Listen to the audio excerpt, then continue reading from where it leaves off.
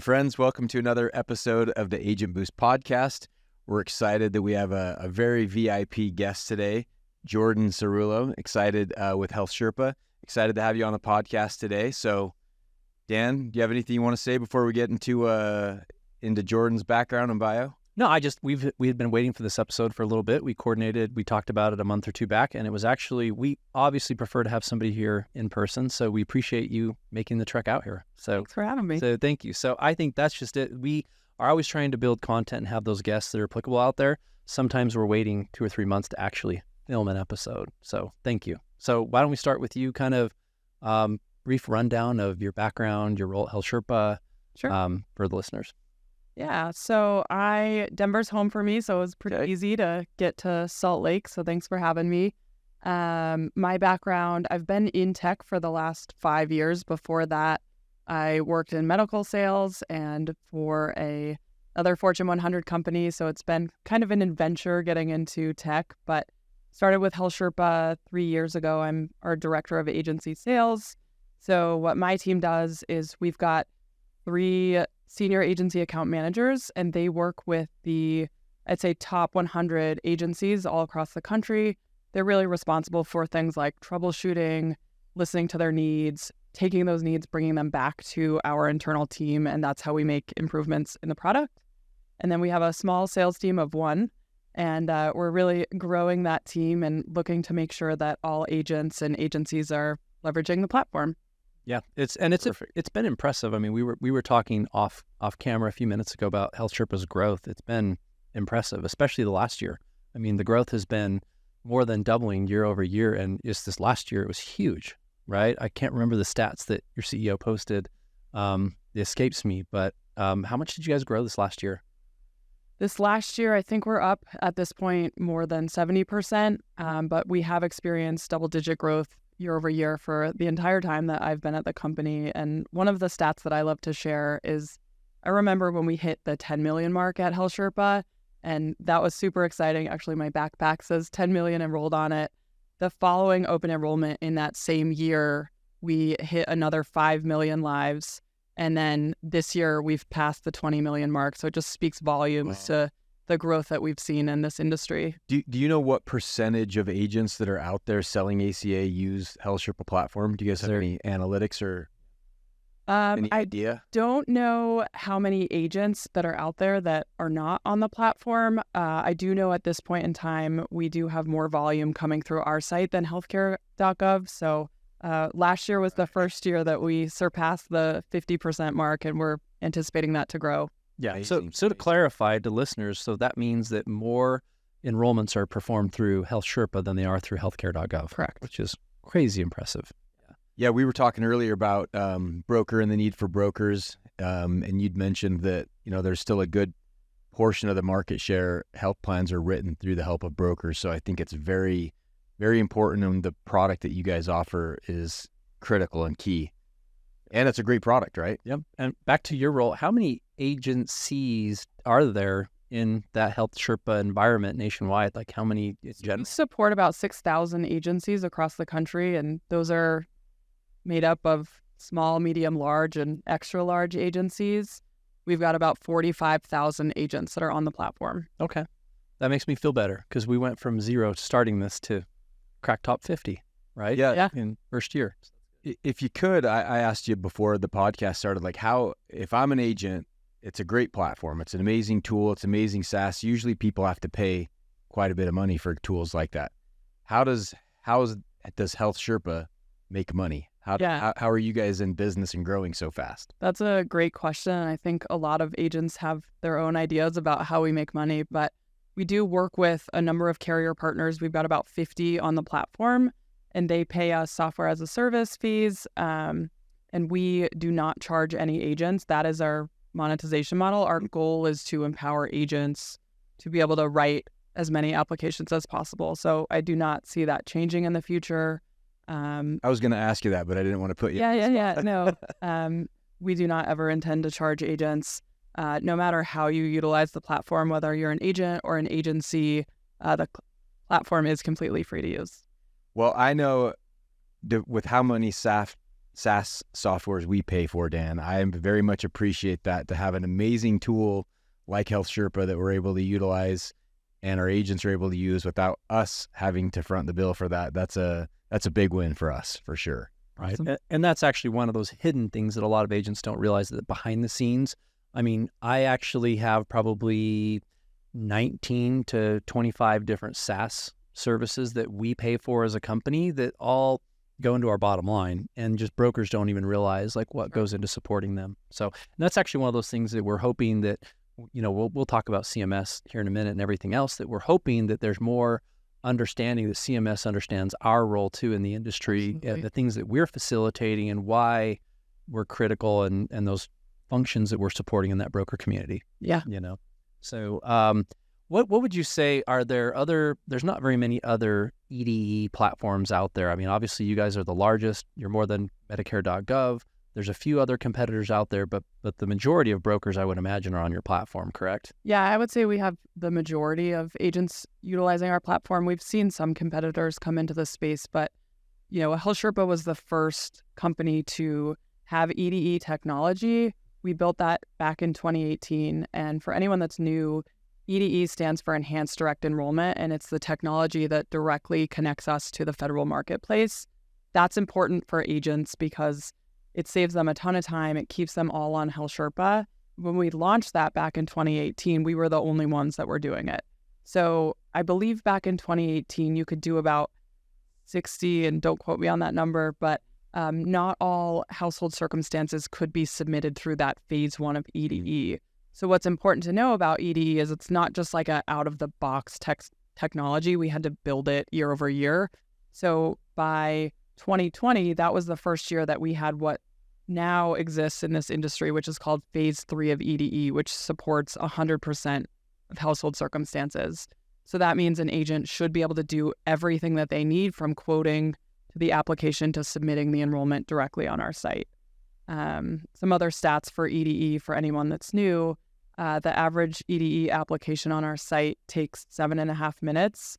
We shaved 1.5 minutes off from the year prior. So the team is always behind the scenes looking for ways to optimize the site, help agents be more efficient, and thus enrolling more clients. And to compare and contrast, if an agent was using healthcare.gov, how long does the enrollment process take? On average, we see 16 minutes. I mean, it could really vary depending on, you know, if the agent is new or not. We've done an analysis of the number of pages of the application on healthcare.gov versus HealthSherpa, and it's like almost 3 times longer on healthcare.gov than it is on our site. And a little bit, I would just say, and this is not to be negative, but a little more clunky too. Yeah, if you're on experience. If you're on the healthcare.gov site, it's a little bit clunkier, a little more challenging to navigate. And so I think the timeline that you were mentioning is actually for somebody who's pretty proficient too. Yeah. Right. So, and I think that HealthSherpa platform's been pretty user friendly. So that's our goal. Very user friendly. So anyways, what do you think are important stats to call to, or things that were maybe outliers of data or information, whether it be agent utilization, carriers? What kind of data points do you all track, and what kind of sticks out to you? Let me think about that for a second.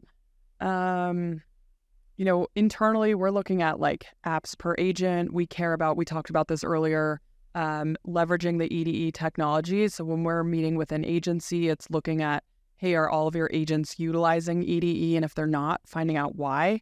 Sometimes that's as simple as like, hey, the population that we serve in HealthSherpa, maybe we don't support it and we didn't realize that, and we have to bring that feedback to our product team. We definitely look at distribution of carriers, of what's coming through the platform, and, you know, what markets are performing well. We'd love to do a better job of insights at the agent and agency level, and I know we'll talk about this later, but that's one of the things we're hoping to build in the product in the future, is just better insights, whether you're an independent agent or an agency, so you can look at your book of business and say, okay, you know, where am I selling well? Which of my agents are performing? A lot of opportunity there. Other data points that are really important to us are DMI resolution. So which agents are doing really well at DMI resolution, which agencies are doing well, you know, because that's super important. If they're not resolving DMIs and their clients are losing their subsidies, then they're likely losing their coverage as well. Yeah, because they're not going to pay that full premium. Yep. And do you feel like HealthSherpa does a better job of identifying those DMIs than like healthcare.gov, or what are some of the other benefits besides time of HealthSherpa rather than an agent using healthcare.gov? Yeah, so with DMIs, we've got reporting that allows them to track outstanding DMIs. So there's both a follow-ups report that we provide as well as their client reporting will tell them if there's outstanding DMIs or SVIs, the SVI being the SEP verification issue. They'll get a real-time status in the platform that they could get from healthcare.gov, but it would be on an individual member level versus across their book of business.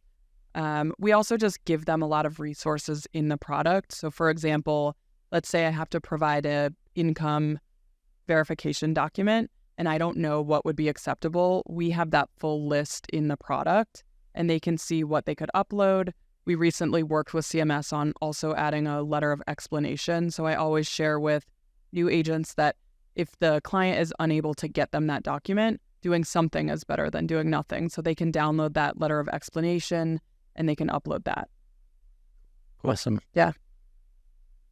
So I was going to say, we had a conversation offline before this about HealthSherpa and like some private exchanges. Obviously, one of the challenges that I've seen getting into the business in this last year is being able to do business everywhere in all 50 states. Yeah. It's a challenge, right? Because of all the private exchanges. Right. There are a few out there where HealthSherpa is still that EDE tool that you can actually take those enrollments. Yeah. So for us, we're always looking at scale and going, okay, I want to do one FFM certification, be able to sell in multiple states.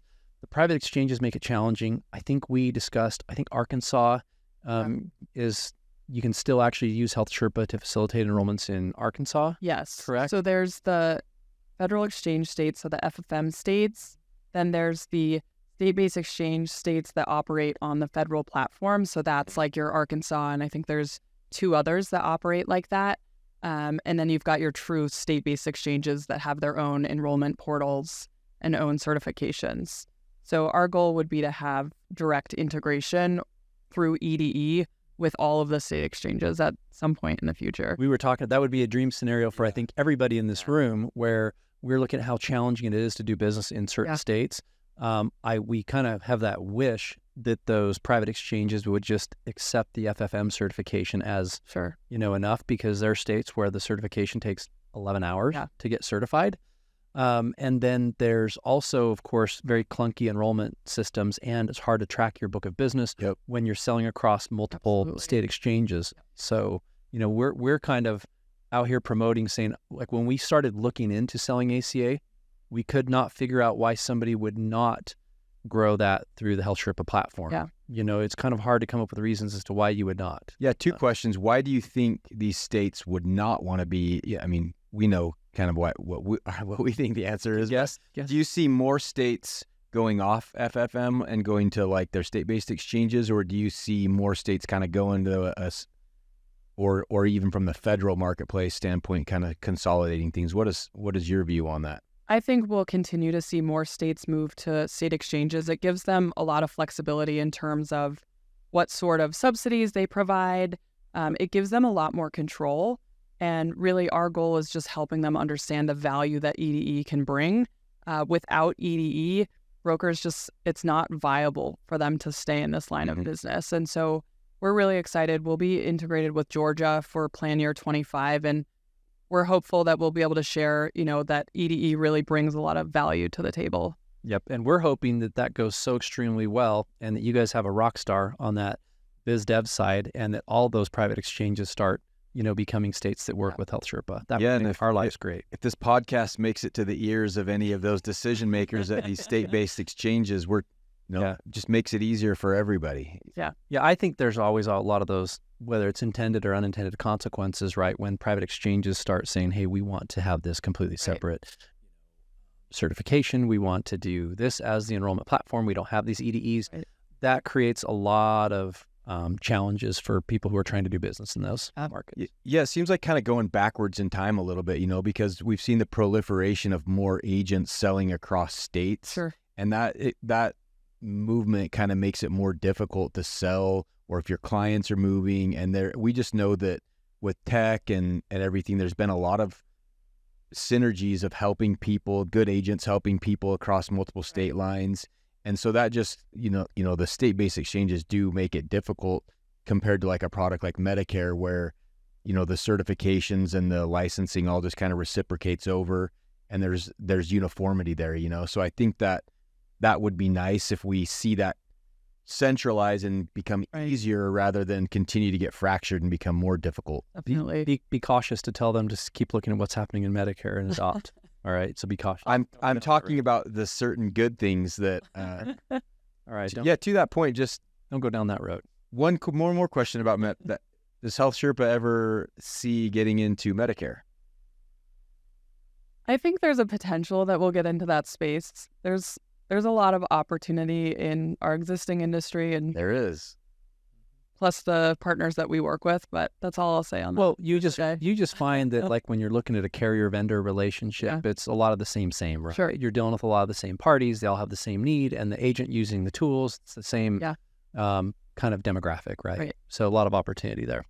The other thing what do you think is the most common, FAQ from agents? So while you have people's ear attention, like what are those things on HealthSherpa that you're commonly getting escalated to you, to the agency managers, like whether it be features or troubleshooting or what kind of common FAQs are you getting?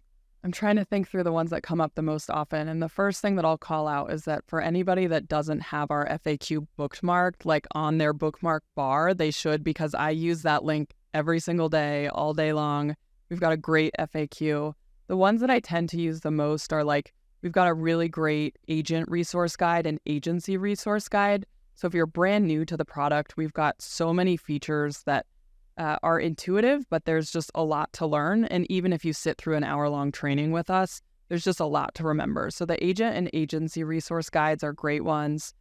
Some common just like specific questions would be like multiple enrollment groups. So if you're handling a split policy where you might have a family that needs to be on separate plans, how you do that through HealthSherpa, that's a common one. The export FAQ comes up quite often. So anybody that's leveraging our reports, there's over 150 columns in our export. And if you're not a master with Excel, it can be a lot to learn how to use that. So the FAQ explains how to read that report, what the different columns mean. Those are probably the ones I see the most often. The other piece that I'll call out is I think agents don't always think about the benefit they have of accessing our agent support team. So we've got over 100 reps that do phones, chat, and email support. And last open enrollment, our average hold time was less than a minute. So they're a great resource for if an agent doesn't know how to answer a question, they can call in and chat with our team. They get stuck on an error, or if they just have feedback, our team is experts at everything HealthSherpa. One of the things that I wanted to bring to attention to some of the listeners who aren't familiar with the platform and the features, I would say the pearls are obviously nice, and then obviously the referral, which I also think. So can you speak to that a little bit? Because, we find that agents have a potential client or prospect. They maybe don't have a license in that state, or they're not appointed with that particular carrier, and how you guys have created a solution and you've kind of monetized that and make it so the broker can get some compensation. Yeah, great question. And an area that I think a lot of agents should understand how the referral program works. So the referral program, you are required to be licensed in the state where you refer somebody over to us. But let's say that you don't hold that carrier contract. You can still write the policy. A HealthSherpa NPN goes on the policy, and then we pay out a one-time referral bonus on that. So with HealthSherpa having an NPN on that policy, now let's say that the agent gets contracted the following year, we totally treat that client as your client, and you can absolutely actively renew them for your NPN to go on that. Or AOR them back. Yeah, exactly. Yeah. So it's a great way for an agent to make some additional money, and it's not bad either. We pay this year for open enrollment, it's $100 upon submission. And then if you keep that client on the books for 8 months, you'll receive up to another $100. There are a subset of carriers that we only pay $25, but that's just a handful. And generally, those are carriers that we're not getting paid commissions on. So that's what we pay for those. Right. The piece I'll add on the referral program is I think that there can be some agent confusion around how a HealthSherpa NPN can be on an application. And it's generally because an agent refers them. So let's say an agent sees they thought it was their client and now they see a HealthSherpa NPN. It could have been a referral from another agent. So if they see that and they think it's wrong, they should call our team and we'll look into it for them. Yeah, I just called that attention because you covered it great, so thank you. But it's the point of there's always those agents who I'm appointed with 3 carriers in the market, but not everybody. And you might as well just use the platform, write it, even though you get paid the one-time fee, then you can kind of get your ducks in a row, so to speak, during that off season, get appointed with those carriers, and then you do have the ability to AOR it back to you and continue to kind of be their broker and grow your business that way. So I think that's a strategy that I've observed in only being in this line of business for a few months that a lot of agents are not utilizing that. Yeah. So I think that's key. What about like agency stuff? So that's obviously your role as far as supporting larger agencies. Obviously you talked about the agent report, which they should be using. Yep. There's a lot of phenomenal features out there that we preach that agents should utilize. I mean, it's a very powerful report for everything from like their binder payments and their lapses and agent of record changes. And it just is baffling to me that people are not pulling that report on a weekly and monthly basis, and it sounds like there might be some opportunity for agency tools in the future as well. Yeah, so we do have a number of agency reports that already exist. So if you're an independent agent and you've got a couple of other agents supporting you, you can always have an agency account. We support multiple levels of hierarchy as well. So if anybody that's listening has questions, contact us and we'd be happy to walk you through that. But on the agency level, we've got agency client export. So that's really your bread and butter of how you're managing the book of business, how you're checking production of your agents. We also have a agent roster report, and that's really helpful as you scale the agency so that you can pull a report that shows you, what their settings are, what carrier appointments they have set up. Do they have EDE enabled? So are they using that technology that we talked about? Do they have the referral program turned on? That sort of stuff. We've got a follow-up export, which is really helpful to track who's generating DMIs, what the due date of those DMIs are, and then what type of DMI are they generating. And the way I always talk about that one is it's a tool for you to be able to go to your agents and say, why are you always generating a citizenship DMI? Are you not collecting socials? So that could be more of like an agent learning tool that you can leverage. And then lastly, we just launched, at the agent level, we've got a AOR at risk report. So we launched that last week, and the goal of that one— It's been awesome, by the way. Awesome. Is to help agents and eventually agencies coming soon with tracking any AOR movement on your policies. So we know it's been a hot topic this year, and we wanted to be able to support agencies with tracking members that might be moving off of your book. So that one will essentially alert you to say, hey, you might want to go take a look at this client. And so that report will give you a link into HealthSherpa, and clicking on that link will actually trigger an API call on our site, and we'll pull in any updated statuses from CMS. So if the agent of record has changed, you can then contact the member and do what you need to get them back on your books. Yeah, perfect. Yeah, we'll definitely be talking about that. Sorry. I was gonna jump into a little bit of the AOR, stuff and just see what other tools or what other changes may be coming down the pipeline. Are we going to talk about that in a minute or? Sure. While we're on the topic, why not? What we can say is we have obviously noticed that, right? That sometimes the agent, it's not a HealthSherpa thing. It's just that obviously you'll see in your portal those AORs are changing from time to time. You write enrollment and then it changes throughout the month. I imagine that it's not always going to stay this way. I imagine that at some point in the future, those processes might be changing a little bit. Would you agree with that?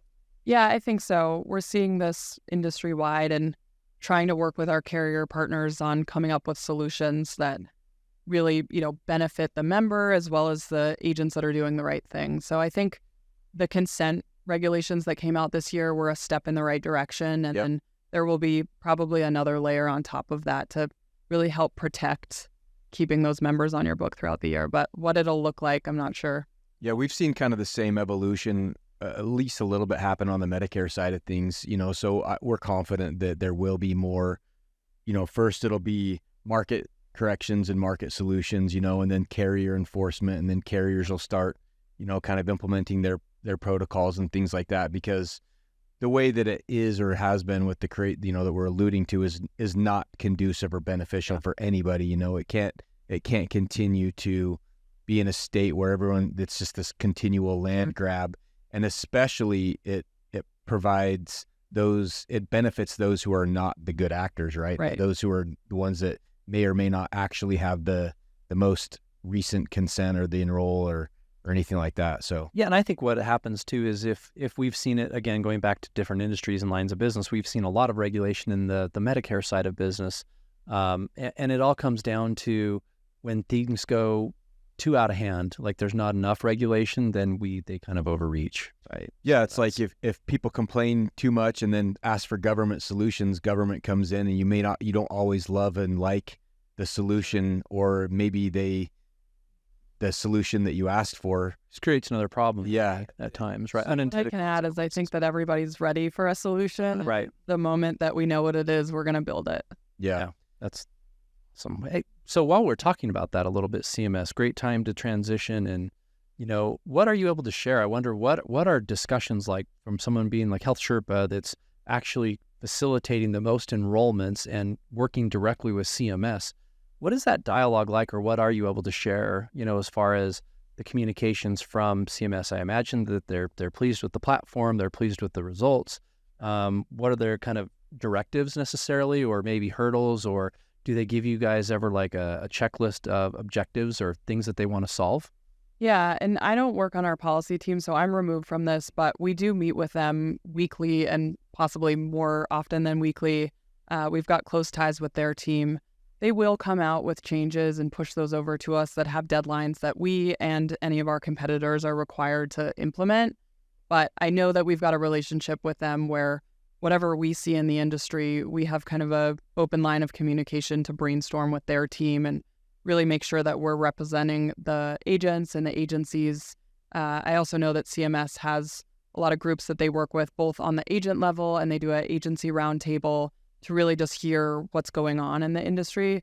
But in terms of like direction and, where they're hoping to go with us, I'm a little bit removed from that. Yeah. And I, going back to AORs before, not to cut you off, but the one thing that does concern me is talking about, I rarely do I want and seek more compliance or regulation, rarely. And this is just one of those cases that I'm saying, it would be wise to rein some of the AOR stuff in, because the whole intention, and just to all of our listeners out there, I get irked with even some of my own agents sometimes when there's this perception that they get paid for hitting the submit button. And it's going, hey, I just hit the submit button once and I'm done. I should be getting paid. And it's like, no, you are getting paid to provide a lot of services to that member. You're supposed to be their point of contact. You're supposed to help them understand their benefits and coverage. You're supposed to be there as an ongoing support mechanism for them. And whether it's Medicare or ACA, we just have a lot of agents that I think have a broken mindset about, I'm going to hit the submit button, therefore I should get paid in perpetuity forever. Right. And I think that's one of those things that probably CMS looks at and goes, wait, why are we doing this whole broker community, and what's the purpose and intention behind it? I would just say as a comment. So I think if you're one of those agents listening, you're out there, you need to be providing a lot more value to your member, whether you're selling a Medicare policy or ACA. And it's important that you're communicating on a regular basis, not just once a year when it's open enrollment, that you are checking in and that they know that you're the agent and that you are rendering services, so to speak. And I think that if agents as a collective continue to do that, we're going to be in a great place as an industry.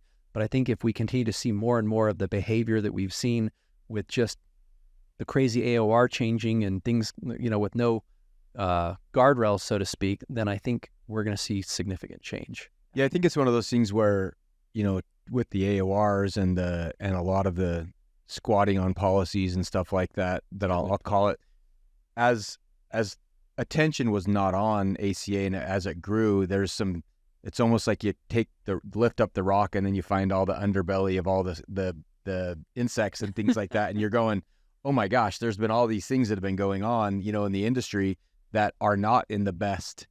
That's not how the product was meant, or agency as an agent was meant to be designed. And no, it wasn't. The products weren't made for you to get compensated on trying to just squat on or claim a bunch of policies. That's obviously going to get fixed no matter what.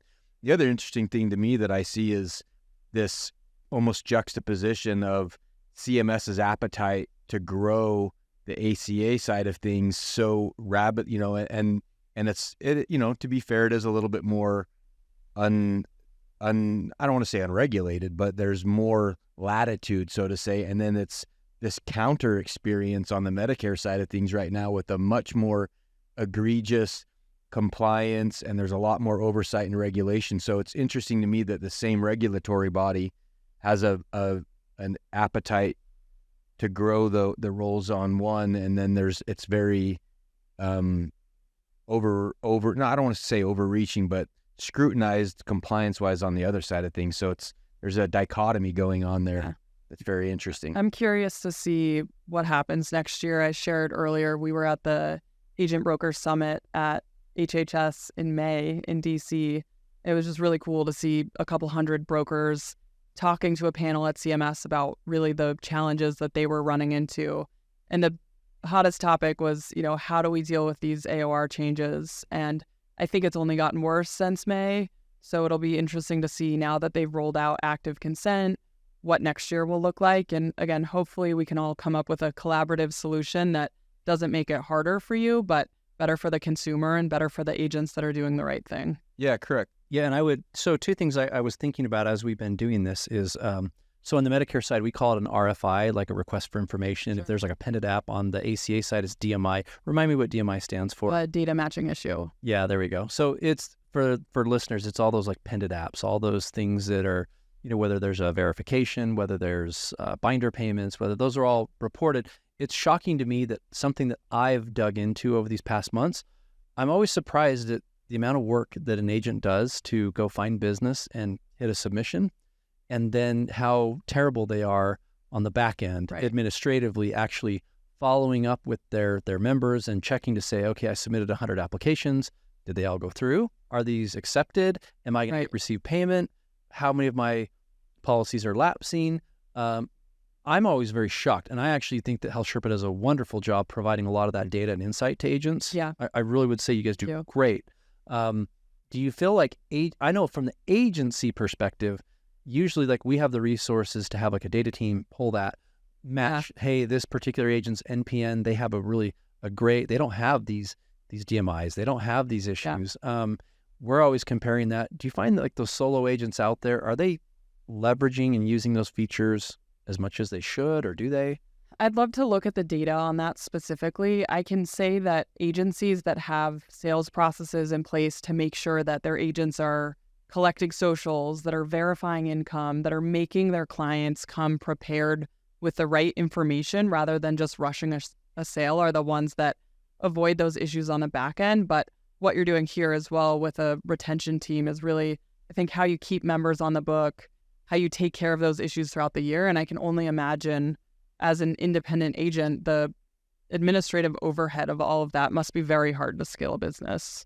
Yeah, it is challenging. The one thing that I don't know, how much you'll want to speak to or not, we had a conversation, off camera a little bit about leads. Like right now, like the FCC's coming out with some new regs as far as lead generation. It's been a hot topic where they want things to be one-to-one, where there's not a lead generated and then that entity takes it and resells it off to 19 other entities. And there's that whole, we call it the black market of the leads out there right now. And it's operated this way for many, many, many years. In fact, we did a whole podcast episode about the lead industry and how it works. There's kind of a trend going on in the ACA industry right now with lead aggregators and lead entities that are generating leads with the attached consent, to it. And we're finding that a lot of people are just doing enrollments without ever conversing with the beneficiary. What do you foresee kind of happening with that? Any insights you can share about that type of a lead or that part of the industry? There's not much I can share about that type of a lead, but I would say if you are an agent and your policy is taken from somebody that never actually spoke to that client, then you should absolutely be reporting that other agent to the FFM producer help desk. We'd love to see getting to the bottom of where all of these lead challenges are coming from. I think something else that would be incredibly valuable, as an agency, and I don't know if you can speak to this, is like, how does an agency vet the lead provider that they work with? Because how do you know that you're not buying leads that are then being turned around and resold a bunch of times? And I know I've worked with your team on hey, you're working with a client and they pull them up in HealthSherpa and they see 10 other apps. How is that happening? So I would speak to it the way that we do it, and I appreciate that. Because of we're kind of, for better or for worse, we're so trained on the Medicare side with so much compliance that before we work with a vendor, we will actually ask them, and sometimes we have to sign an NDA and other things, but we'll have to look at their front end sites and say, okay, before we start buying from you, we actually want to see what front end site the consumer's seeing. So we got to see the actual content on the site.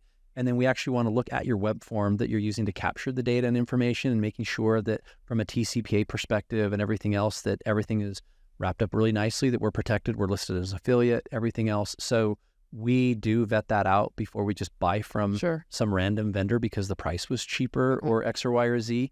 So from a compliance perspective, we always look at that. And we're always looking also, one thing that's happened is there's lead vendors out there that just will, let's say they're advertising enter to win a free mattress or a cruise or whatever else. Based on the demographic of the person that responds, they'll just classify that as a lead type, where it's, oh, you're in this age, then you're a health insurance lead, even though they were, opting in and agreeing to everything called like a co-reg cruise like that. Okay. Yeah, they'll do that all the time, and then that vendor will sell that out as a health lead just because they captured the person's, we call it their consent to digitally accost them is what we say. And then at that point, it becomes a lead.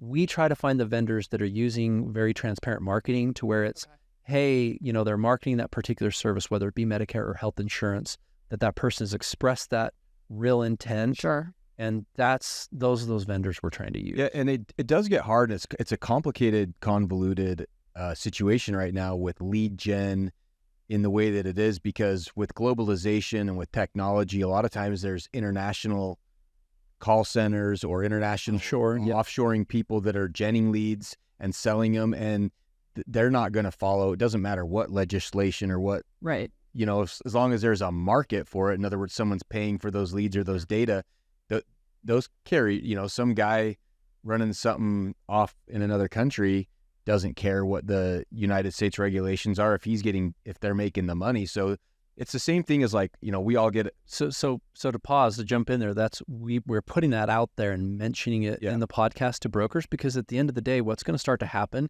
is it's going to work its way backwards, meaning that they're not going to shut down that entity who might be generating leads in a non-compliant way. They're going to eventually be selling them to the agent as a buyer. And then eventually at some point, the agent is going to have to be the one that gets their hand slapped, so to speak. Or penalized, or maybe you lose your NPN, and maybe it's your responsibility to vet, because you're going to have to provide where the chain of command was essentially, or where the origin was from those leads, and it's the same thing I was going to mention with all of us get a million spam calls on our cell phone, and it's like, well, I'm on the do not call registry. It's like, well, the people that are generating those outside of they don't care. They're not going to follow those rules anyway, So the government does have a task to clean up as far as regularization, but Dan and I always talk, the market always reacts and the market always corrects itself, and the carriers are going to want to do that, and ultimately agents want that, right? Good agents want to have, I have a good client, I have a relationship, I help this person, I want to be able to continue to service that person, I want to continue to service that book. And it doesn't make sense for a carrier to want to have to manage a relationship that's flip-flopping all the time too. That's not going to be efficient or sustainable. Yeah, it's got to be insane. Well, you want to establish model of care and a good experience for everybody, and you can't do that when you're changing all the time. So back to your question of well, how does it get to the point where we actually use a vendor, we vet them, and a lot of our actual enrollments that we do inbound phone calls where someone's actually saying, yes, I'm looking for health insurance, and they're warm, obviously, inbounds that we're generating either ourselves or through a vendor. We're recording those phone calls. We're doing everything very legitimately. You submit the app, and then there's multiple AORs. Like you said, there's 10 in there. Yeah. And I think that just comes down to that history of one of two things. One, either they had multiple brokers over a series of years, and those brokers still just keep logging in and trying to re-AOR them, or it's what we talked about. Someone, had some clickbait online. Right. They registered somewhere and opted in, and then it got resold to multiple people. And then all of those recipients or buyers all said, oh, that's my lead. I have consent. So now that becomes mine. And so they're all just trying to get in there and, and I think that's part of the problem, is that it's not a legitimate way or an ethical way to be doing business. And so I think that's what probably like a lot of the pain or consternation in the industry is right now. I think. I can add that, like, so with the new active consent requirements, with you needing to get consent, one of the pieces that's tricky is that previous agent maybe 3 years ago could have a consent form on file, and that's technically still okay. One of the things that we are building is the ability for, if I was one of your clients, I could call you and say, I'm revoking consent from you. And within the platform, you can actually remove consent. And so the consumer isn't necessarily doing that in HealthSherpa, and the agent is still required to do that.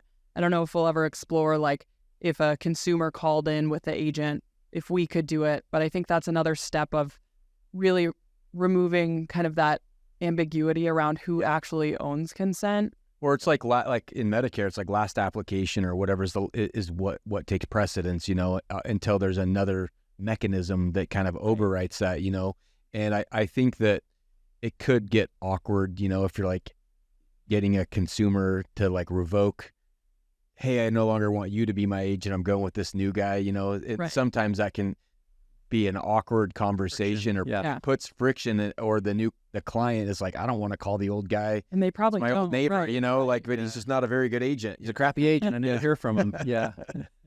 But it happens, but I think that's going to be important to kind of clean everything up. And we are seeing some carriers have, which I actually don't mind the process. They basically said, hey, yeah, you can go write the application or, do an AOR, but you're not actually getting put on for commissionable and as the agent of record unless you complete this separate form. And there are a few carriers out there saying, hey, we need or we require this other form that needs either a wet signature or a DocuSign from that, member in order for you to be agent of record. Yeah, and I'd love to see some sort of solution like that. When I think back to 3 years ago at HealthSherpa, this was not a challenge then. And so to get back to a place where, agents are getting paid for the work that they're doing, their members are staying on their book would be, I think, a place that everybody will be happy to see again. Yeah, it's awesome. But we can already see improvements happening in the past 60 days on the carrier side, on HealthSherpa side.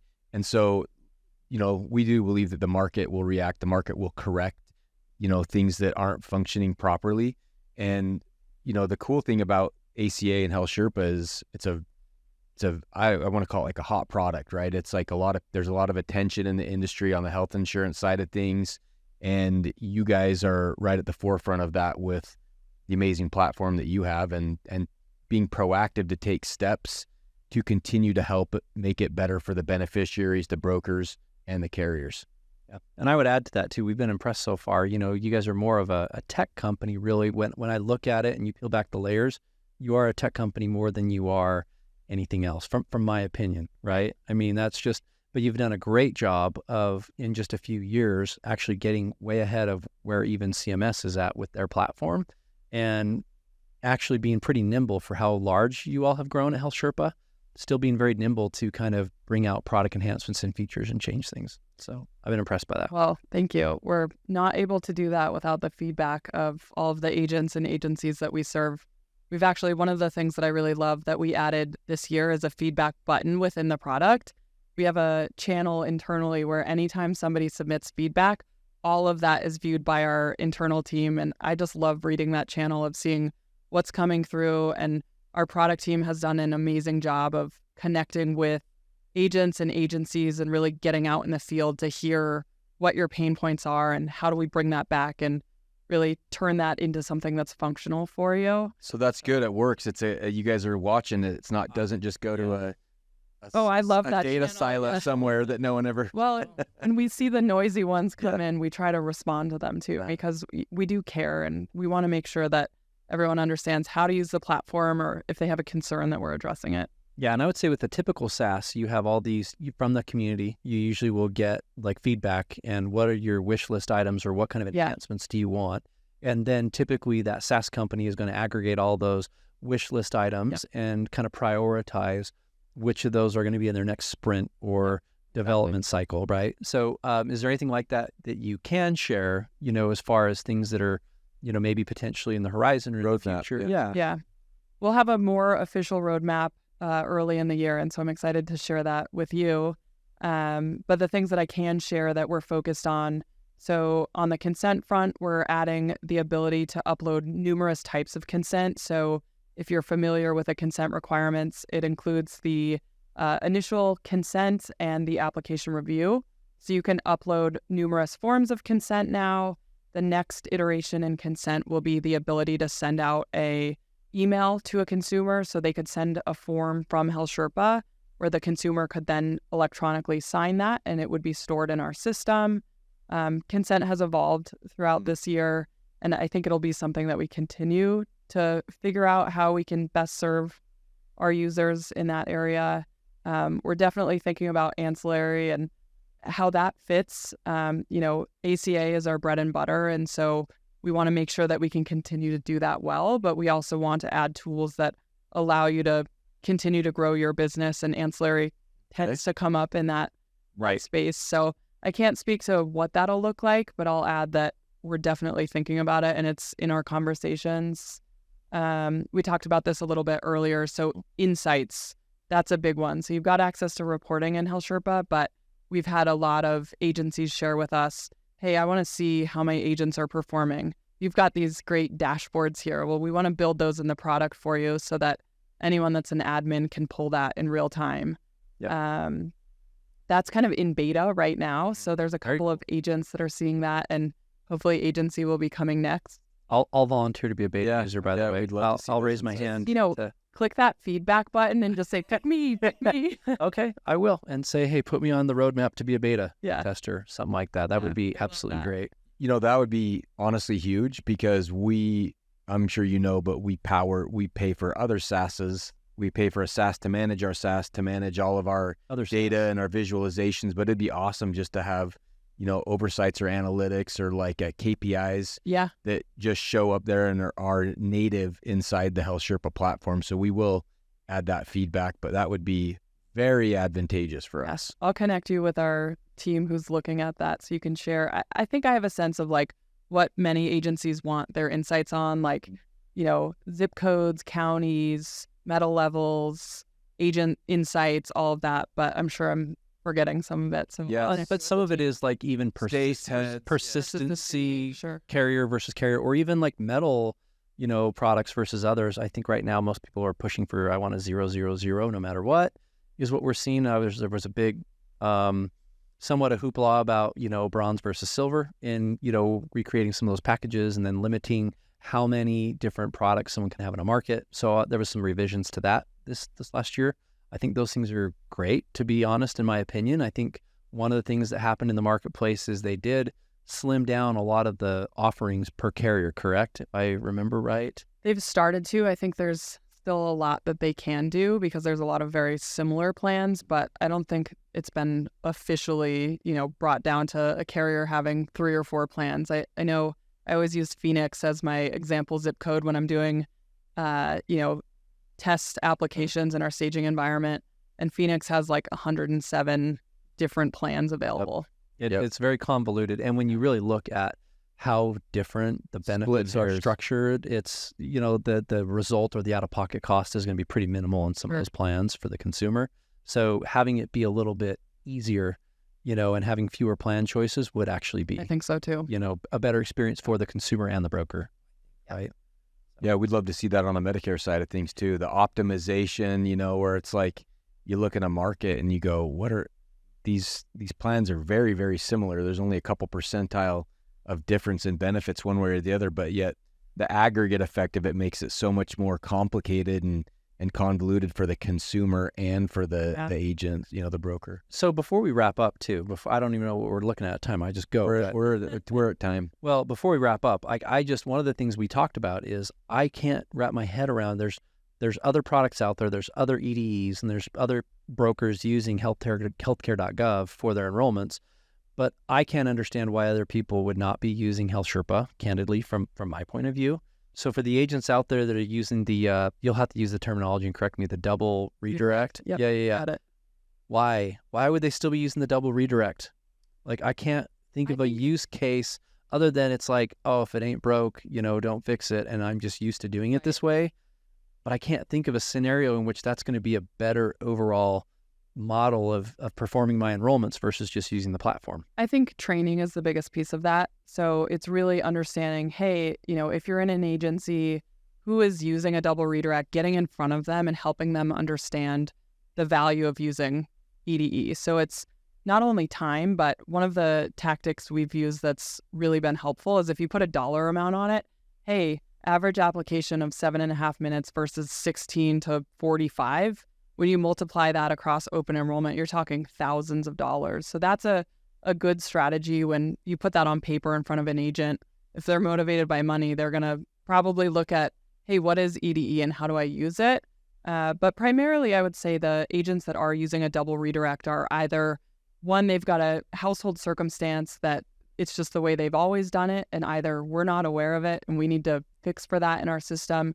Could be healthcare.gov has something built that has to be done over there. But I would say the majority are just kind of legacy agents that used the double redirect before EDE came around. When EDE first started, there were still reasons to double redirect, so they probably just got used to that. But I know we talked about this offline earlier. When CMS allows us to bulk refresh the data a couple times a year, those double redirect applications don't get refreshed. So they're missing out on being able to see updates for, policy status, all of that. And so there's really no reason that jumps out in my mind to not leverage EDE technology. Well, yeah, from the front end, from the enrollments, from managing it, and then also renewing too. I mean, there's just a lot of tools and features that they're completely missing out on. Right. Absolutely. So, all right. So that's my official plug that, I really think agents should be using the platform. Yeah, we'll make the advertisement plug. If any of you outliers out there aren't using HealthSherpa, you gotta adopt. Or educate me and tell me why. Because I'd love to know. No one's giving me a great reason as to why they're not using it. So yeah, absolutely. We're almost at time before we wrap. Anything else we want to maybe go through? Get out there, put on record. No, I think we covered just about everything. Yeah. Appreciate you having me on today. Yeah, perfect. And I would say that I will just put that out there to listeners. We really appreciate you, Jordan, coming on, because there's so many people who work at carriers or even with the government or with other entities, and they're extremely hesitant to come on and just have an open dialogue and conversation and be really transparent. It's, they have to clear it through 9 different hoops and legal and compliance, and we really appreciate you being able to do it. So thanks for having me. It was great to be here. Absolutely. That's what I was going to say. So thank you for your generous time coming out here and visiting us and being here in the studio in person. I think it makes a big difference. So and I'm sure next year we'll have you or somebody else from HealthSherpa that we'll have back on. So annual event. Yep. Appreciate it. All right. Thanks, guys.